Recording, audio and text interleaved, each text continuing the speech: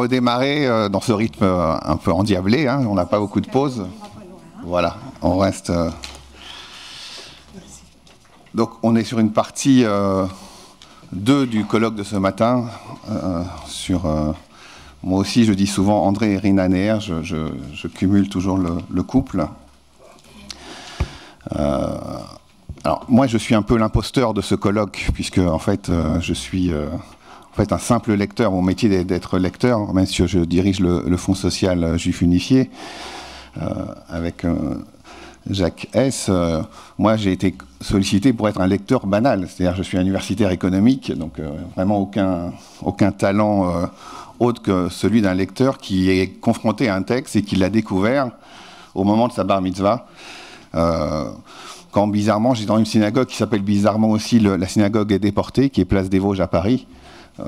Je fais ma bar mitzvah et déjà la moitié de la salle vient me dire c'est une revanche contre Hitler ta bar mitzvah. Bon, on a 13 ans, c'est un peu surprenant, mais j'ai l'habitude, puis ça fait à peu près 13 ans qu'on parle de ces sujets. Et en même temps, je découvre à ma bar mitzvah ce conflit essentiel entre une croyance, un texte, on me parle de Dieu, et puis on me parle de la Shoah, et ce conflit, j'arrive pas à le comprendre, je suis un enfant, et je tombe sur Elie Wiesel, qui m'aide un peu à faire un parcours, et notamment je découvre les Juifs du silence, l'histoire de ces Juifs d'Union soviétique qui sont prisonniers de Sion, et là je comprends plus rien, puisque je me dis comment on peut être dans un milieu où on parle de la Shoah, de l'antisémitisme, il y a encore des prisonniers de Sion, et en découvrant Elie Wiesel, je découvre vraiment très jeune André Neher, et j'ai retrouvé mes premières lectures avec mon écriture d'enfant, j'ai pas pu trop me relire mes petites notes à la main. Mais j'essaie de comprendre un peu ce qui se passe, vraiment de façon très naïve. Et quand on va avoir cette introduction sur André Neher et l'art, j'ai un autre référent qui est Chaim Potok, Je m'appelle Asher Lev, c'est un livre écrit en 72, qui lui aussi vient un peu, comme André et Rina Neher, être confronté à l'art. Dans ce livre qui est assez incroyable, c'est ce jeune enfant de famille chassidique qui a un talent. Et ce talent, c'est celui de la peinture. Et sa famille, qui est très pieuse, va lui dire « Non, l'interdiction de représentation est totale, tu ne peux pas le faire ». Je ne résume pas le livre, mais globalement, c'est un rabbin qui va lui dire « On a le droit au bitulzman, on a le droit à la perte de temps, on a le droit de s'occuper de ce don qui est un don qui t'a été accordé ». Et ce Asher Lev, il me fait penser totalement à André Neher, puisque une des phrases de ce Chaim Potok, c'est de dire « Écoute-moi bien, Asher Lev. En tant qu'artiste, tu n'es responsable de personne et de rien, sauf de toi-même et de la vérité telle que tu la sens. Comprends-tu, Asher? Un artiste n'est responsable que de son art. » Et là, voilà, encore, c'est une lecture d'enfant que je vous fais ici, je retrouve en même moment, et j'ai retrouvé mes notes vraiment enfantiles, à la page 61 de l'identité juive d'André Neher, la pensée juive a un sens universel, et la pensée juive donne à l'universel un sens. Et là, brièvement, pour cette introduction, je comprends que pour exposer ce lien entre la littérature, la peinture, la musique et André Neher, on va trouver des liens assez simples. Et effectivement, ces liens, c'est lui qui le dit aussi dans un de ses ouvrages, page 164, il nous dit « Nous, les Juifs, nous sommes tous dans le même paysage. Ce paysage, il y a un nom, c'est Auschwitz et Israël. » Et là, moi, j'arrive à peu près, non pas à boucler, parce que je crois qu'on cherchera toujours ce lien, mais essayer de comprendre le sujet.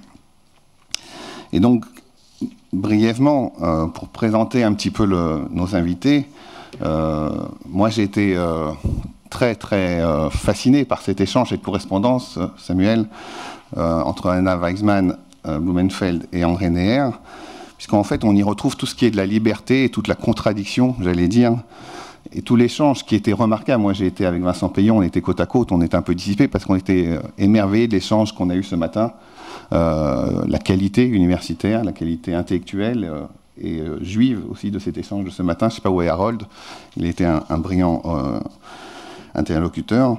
Et en fait, c'est tout cet échange que l'art permet. L'art, en fait, vit sous contrainte.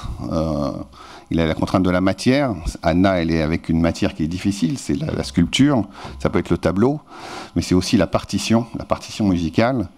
Et on le sait, en fait, la liberté en fait, de l'artiste vient de ces contraintes. Et c'est exactement le lien, je pense, que nos intervenants l'évoqueront par rapport à l'art et André Neher. Et pour aller dans une étape un peu plus précise, l'art aujourd'hui, on ne peut pas dire qu'il y a un art juif, ça n'existe pas, cette notion-là n'existe pas.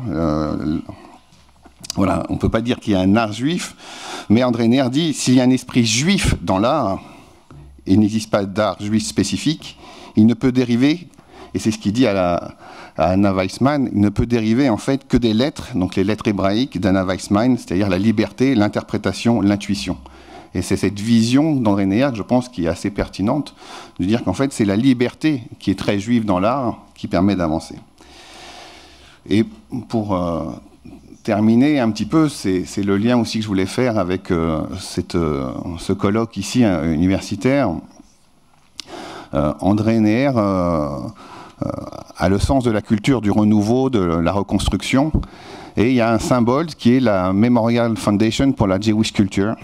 C'est une fondation qui a été créée par l'engagement militant de Nahum Goldman, qui, au moment des réparations, des discussions sur les réparations de la Shoah, se bat avec Ben Gurion en disant mais les Allemands, ils doivent réparer, non pas indemniser, réparer un tikkun quelque part, et notamment pour des indemnités pour Israël, mais aussi la Shoah a détruit des dessinateurs, des philosophes, des scientifiques, des tailleurs, des cordonniers, et il faut qu'il y ait un budget pour rénover la culture juive. Et là on retrouve ce qu'ont fait Vajda, Gordin, Neher, c'est-à-dire même dans les moments de tumulte, de chaos de la Shoah, d'aller penser à la culture et à l'enseignement. Et Nahum Goldman va faire la même chose, il va se battre pour qu'il y ait un budget alloué au renouveau de la culture juive. Et Anna Weissman va recevoir cette bourse. Aaron Appelfeld, il va pouvoir se mettre dans l'écriture grâce à la Memorial Foundation. Et je pense qu'on va retrouver ici le Uvechol Tov, c'est-à-dire le « et pourtant », voilà, malgré la Shoah, on doit continuer, on doit se poursuivre. Et c'est ce que dit aussi l'enseignement, c'est qu'on doit aller au-delà de l'injustice de la culture. On est ici à Strasbourg, on a inauguré avec Jacques à l'Université de Strasbourg une exposition sur les Justes. Cette université, elle était le symbole du nazisme, ici. L'université, les Lumières ont été le symbole de la perversion intellectuelle. Et pourtant, l'art permet de réfléchir, de se libérer avec une des leçons de la Shoah qui est celle que va nous donner le procès Eichmann dans la même période des années 60 de ces indemnités de Nahum Goldman, où on va se rappeler ce poète Kasnetzi qui a El Denour qui va dire je m'exprime par la poésie ce qui est indicible, et il va dire je témoigne devant vous avec mes 6 millions de fantômes. Et c'est vrai que cette approche-là, dans la liberté intellectuelle, ben on va la retrouver par l'art j'allais dire de juifs, mais j'aimerais même pas les cataloguer comme ça, mais j'ai fait une petite liste assez non exhaustive, mais je pense à Wiesel, à Rothko, à Modigliani, à Pissarro, à Chagall, à Appelfeld, à Gottlieb, à Manekatz, à Zadkine, à Spiegelman, à Gainsbourg, Johann Swark, la famille Lanzmann, Sam Safran, Truffaut, Spielberg, Albert Elbaz, Libeskind, Franz Kappa, Leo Castelli, Gertrude Stein, Kubrick, Horowitz, Rostropowitz, Soutine, Sonia Delaunay, Oppenheim, Peggy Guggenheim, etc. Cette liste exhaustive, elle me permet de dire quoi? Elle me permet de dire que ces gens-là ont essayé de trouver, à travers la liberté de l'art, une réponse à l'indicible, à ce fameux exil de la parole. Et c'est un peu ce que j'attends de mes interlocuteurs maintenant, pour essayer de voir quel est ce lien, finalement, quelle est cette liberté que les uns et les autres vont chercher pour pouvoir exprimer ce qu'on n'est pas capable, finalement, de faire avec les mots. Et pour faire ce lien, j'allais dire vraiment éclairant, je pense, pour nos participants, c'est cet homme hébreu qu'est André Neher, cette famille messianique, c'était les propos de tout à l'heure. Ils vont accepter une pièce qui est dans cet ouvrage, qui est une sculpture de Jérémie. Et ils vont vivre avec une sculpture faite par Anna Weissman chez eux, alors que s'il y a bien quelqu'un qui était supposé respecter la loi, ce serait André Neher. Mais non, il est confronté à l'image, à l'interprétation que va faire Anna Weissman, vivre avec cette pièce de Jérémie dans son salon. Et je pense que c'est cette manière de voir les gadoles d'Israël, c'est-à-dire d'être capable d'aller au-delà d'un commandement. On sait bien que les 613, En tout cas, moi, je ne suis pas capable de suivre les 613, et je ne crois pas qu'on puisse tous les voir, mais et souvent on fait une distinction entre l'interprétation d'une image, le kasher, le halavi, le shabbat, qu'est-ce qu'on met, à quel moment on respecte, on ne respecte pas. Et la liberté des Néer a été de vivre, Samuel, avec cette pièce de ta mère. Et je conclurai pour laisser la parole à nos intervenants et pour être à l'heure aussi bien que Harold Veil. Ouais, je vais vous donner la parole. L'identité juive, qu'est-ce que c'est? Est-ce l'adhésion à une foi religieuse, une condition sociale, une destinée historique? Est-ce le tampon que les policiers de Vichy ont posé sur la carte d'identité de certains citoyens? Est-ce l'étoile jaune que les nazis ont accrochée aux vêtements de certains hommes? Le pavillon bleu et blanc des soldats israéliens? Le talit du fidèle du Dieu un? L'identité juive, dit-il, page 91 dans les portes de Jérusalem. L'identité juive, est-ce à trouver dans la yeshiva ou le kibbutz, dans l'organisation des communautés, des synagogues? Rien de ce qui est étranger mais juif, et je pense que cet universel-là nous permet de vous passer la parole. Voilà.